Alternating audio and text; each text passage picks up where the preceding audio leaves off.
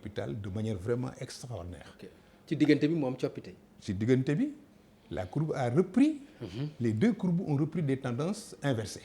maanaam bi doon wàcc moo doon le nombre de malades à l'hôpital di commencer yéeg bi nga xam ne moo doon yéeg mooy ñi nga xam ne ñoo wér di wàcc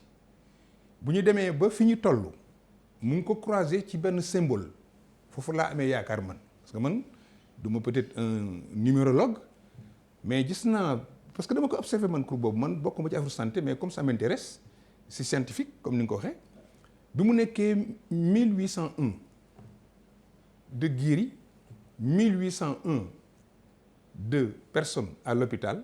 ma ne les deux courbes se sont rejointes mooy dajee nañu te bu ñu dajee la tendance positive mooy bi nga xam ne ñi wër moom la porté mooy yéeg bi nga xam ne ñoo porté maladie yi fa des di wàcc te loolu moo continuer fi ñu toll parce que romb na lu bari mu nekk loo xam ne war nañ ko mën rafetlu mais bu fekkoon ne gouvernement bi comme l'a dit tout à l'heure contrairement du moins à ce qu'a dit monsieur Ndione dafa wékkoon maanaam approche stratégique am sur la crise sanitaire à résoudre konoon lii mu wax nii day nekk lu am solo comme élément d'observation mais comme li Ndione wax moo am réalité en réalité mooy gouvernement bi son approche est une approche d'une lutte économique et sociale c'est vrai que au départ ils ont essayé de mettre l'équipe gouvernementale la partie. mais économie et sociale boobu nga baal ma ndax dafay dëggal li ñu ne ñaari pression yooyu moo ko delloo ginnaaw pression sociale ak pression économique. xam nga quand on gouverne forcément on gouverne sur la base des pressions amul benn kilifa buy jiite dara di ko dox te décisions yi ngay jël ne procède pas d'une situation boo xam ne c'est une situation de crise entre guillemets maanaam nga gis situation évaluer ko xam ne lii am na distorsion par rapport à la normale nga corriger kon jàpp naa ne pour analyser de manière profonde décision bi nga xam ne moom le président de la République jël wala jëlaat wala nekk di jël parce que ba mu ko commencé Ndione wax na ko léegi ci discours am bi ñëpp doon xaar mu décider assouplir boobu tam xamoon nañ ne ñàkk a bañ a assouplir mënul am lu tax ma wax la ko d'abord je prends du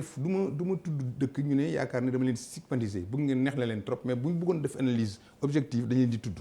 ah kon koy lu tere nga tudd leen. kon comme noonu la. waaw dinaa ko wax. Gounass bi ñu commencé def di dajaloo di julli. Gounass waaw Médina Gounass. waaw bañ a jàpp décision gouvernement bi. Touba donte xalif bi waxoon na nit ñi toog leen seen boor julli man du ma tëj kër sëñ Touba jumaam ji te dinaa ànd ak ay nit dem julli ji.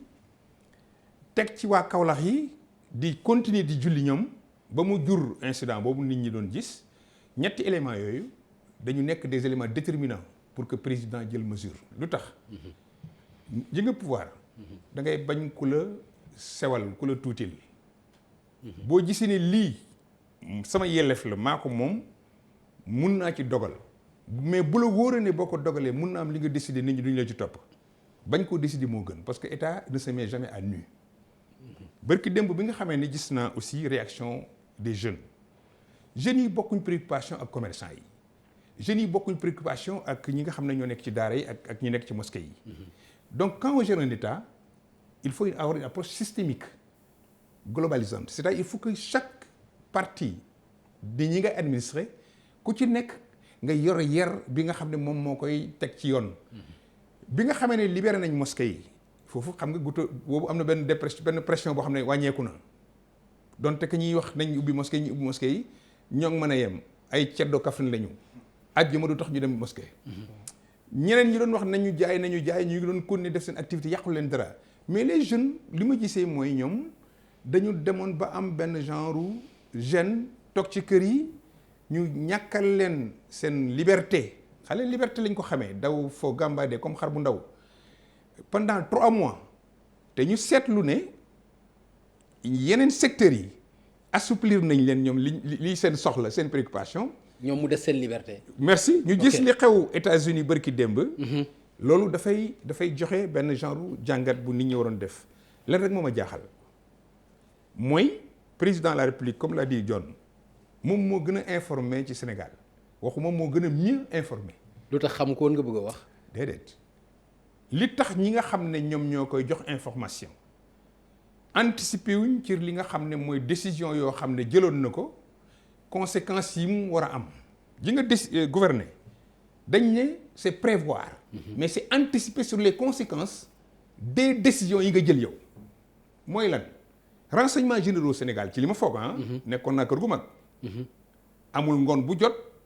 sama cabinet affaire politique bulletins yi nga xam dafa concerner réew mi ni mu war a demee ak li nar a xew du ma jot des informations à chaud lan moo waroon un gars comme moi conseiller du président de la République wala nekk son directeur de cabinet politique ma ne ko président ce soir probablement à Dakar dëkk yi nga xam ne dañoo xaw a xale yi dañoo xaw a bëgg a génn surtout que Facebook est un paramètre pour moi pour mën a apprécier dëkk sàngam la ma fa xew war na lii war nañ ko fagaru naka nga war a def. d'accord mooy xalaatal ko man loolu mooy rôle un bon conseiller. président mënul na profiter pour man situation bi dans sa communication. le 11 waxoon na Sénégalais yi dañ ko doon xaar ci mu wax lii mu waxoon pour que démb le 2 couvre-feu bi war a jeex état d'urgence bi war a jeex mu war a jël yeneen mesure man président samay conseillers wax man lii moo xew li may njëkk a def mooy wax Sénégalais yi ne leen surtout ñi nga xam ne dañ leen war a alléger ne leen man de gis naa ne courbe yi ñu ngi wàcc gis naa ne góorgóorlu ngeen bu baax a baax a baax que jàngoro bi nam doon lawee ñi wér ñu ngi gën yu bëri te gis naa ne commerce bi ak situation économique bi métti na ci Sénégalais yi man jàpp naa ne danañu war a alléger normalement li nga xam ne mooy couvre-feu bi donc dinaa ko pousse wala sax naa ko fi jëlee dinaa seet aussi ñi nga xam ne dañu waroon liggéey ñu seet naka la ñuy gën a yaxanalee ñu mën a liggéeyi mais nag dama leen di ñaan nag ndax Sénégal ñoo ko bokk te gis naa effort yi ngeen def mu des yeneen. nañu fexe continuer xeex bi pour mën a gagner le Covid parce que foofu tam dafa am loo xam ne ay ñu jàng doon jiite réew yàgg na dañ ko daan wax ne aussi booy gouverner bu njëkk mën nga gouverner ak sa doole ak violence mais gouverner bi war mooy nga gouverner utiliser xel ak xolu ñi nga xam ne yow yaa ngi leen di administrer dana tax boo décider surtout nga anticiper ko loo jëliti rek dañ naan tiens président ne pourtant moom jël na ay mesures waaye bàyyee nañu xel man loolu laa jàpp ne moom manqué ci approche communicationnelle bi jërëjëf maintenant les causes li fi xewoon démb ba tax lii am man du ma si dellusi Corona 221 ok fii ci plateau bi waxoon naa ko depuis le 12 mars définir la stratégie sama xel-xel sama gis-gis comment aborder la question de l'approche communautaire de la communication pour ce qui concerne le Covid.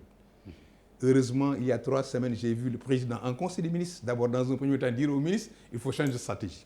mu ñëwaat la semaine suivante en conseil des ministres, il répète li nga xam ne moom la jaakaar ne moo war a nekk. Heureusement que maintenant, même si l'État reste jacobin, maanaam dañuy bàyyi ministres yi di bàyyi gouverneurs yi di bàyyi préfets yi ak sous-préfets yi ñuy mettre en œuvre cette politique de communication communautaire qui appartient à la communauté. foofu rek laa amee ak ñoom tuuti divergence mais je pense que mieux vaut tard que jamais et déjà l'approche me semble être je pense que boo dégloo li ministre bi wax tey sax moom ministre de la santé wax na loolu wax ne dinañ bàyyi xel communauté bi xool itam naka lañ koy jëlee en charge communication bi ñu gën ko mën a yaatal ba kenn ku ci ne matuwaay yi nga war a jël nga bañ ko umpule. 3 mois loolu junj na ko.